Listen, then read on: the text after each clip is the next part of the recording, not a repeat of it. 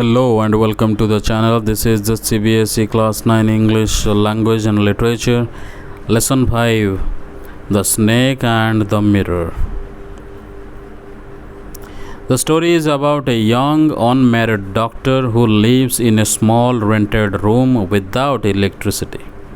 One hot summer night, he returns to his room after dinner and lights a kerosene lamp.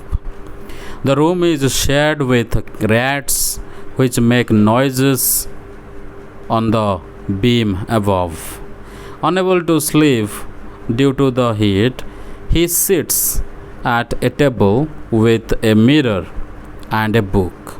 He admires his looks in the mirror, combs his hair, and decides to shave daily, grow a mustache, and keep smiling to look handsome. He also dreams of marrying a rich, fat woman doctor who wouldn't chase him if he made a mistake. Suddenly, a snake falls from the beam, lands on his shoulder, and coils around his arm. The doctor freezes in fear, feeling like a statue, with the snake's head just inches from his face. He prays to God and feels helpless as there are no medicines in the room. Surprisingly, the snake notices its reflection in the mirror, uncoils from the doctor's arm, moves to the table, and seems to admire itself. Seizing the moment, the doctor quietly escapes to the veranda and runs to a friend's house. The next day, he returns to find his room robbed, except for his dirty vest. The doctor humorously remarks that the snake was probably charmed by its own beauty and never saw it again.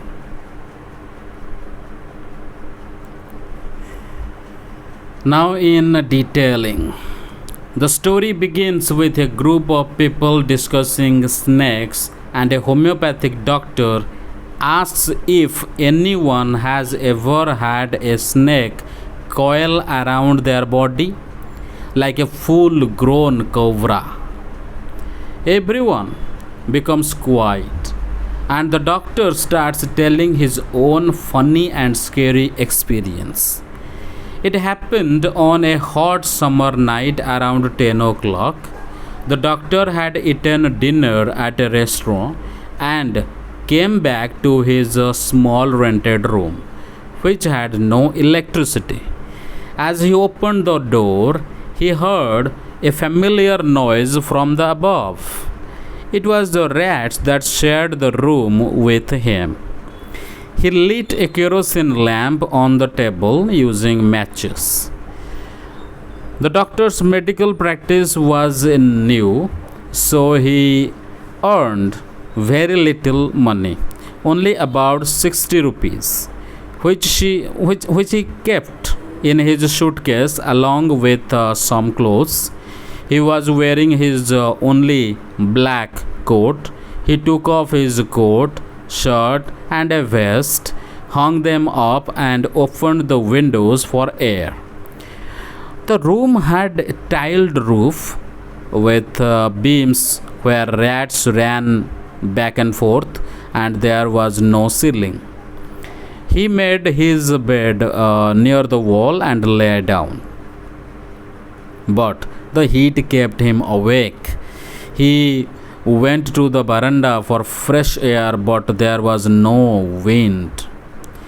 He came back inside and sat on a chair at the table.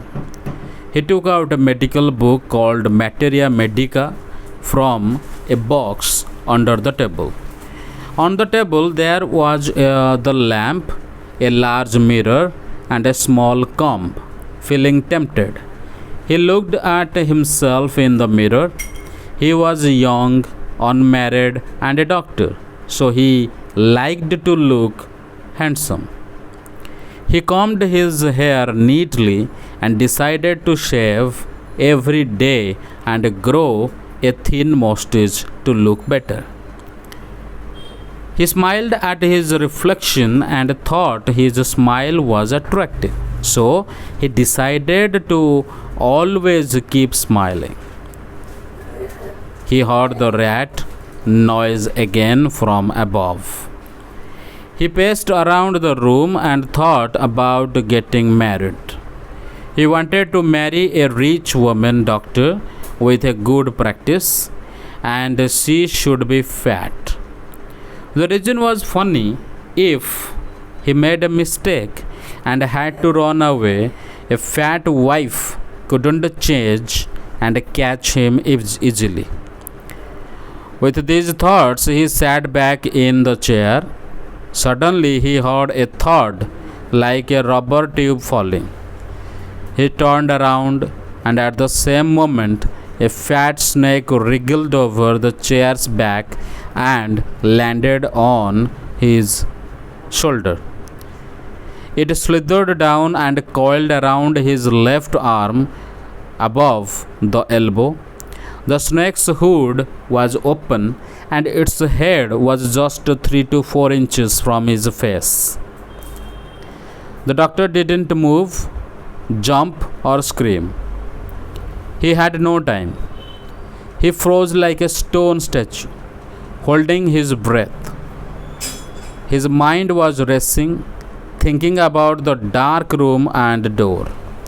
He felt God's presence and prayed silently in his heart. His arm hurt like it was being crushed by a hot rod. Losing strength, he couldn't move or the snake would bite. He had no medicines in the room and felt like a foolish doctor. He smiled weakly at his own stupidity, and it seemed like God noticed. Then the snake turned its head and looked into the mirror, seeing its own reflection. The doctor wondered if the snake was admiring its beauty or thinking about things like growing a mustache or wearing makeup like he was earlier. He didn't know if it was a male or female.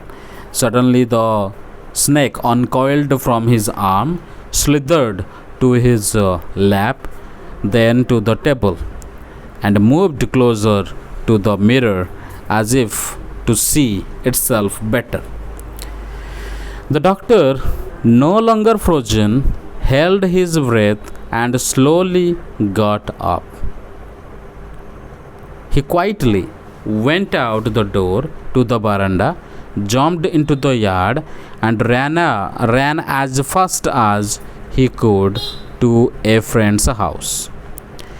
Everyone listening sighed in relief. Someone asked if his wife was fat, but the doctor said no. God had other plans. His wife is thin and fast like a runner. Another asked if the snake followed him. He said he ran to his friends, oiled himself, bathed, and changed clothes. The next morning, he went back with friends to move his things, but the room was empty.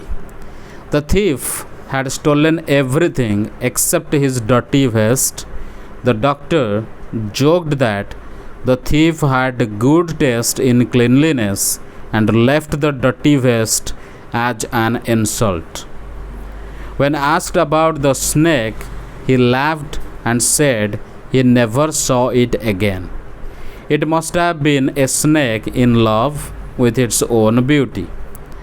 The story is humorous, showing the doctor's vanity, fear, and relief with a twist of irony at the end.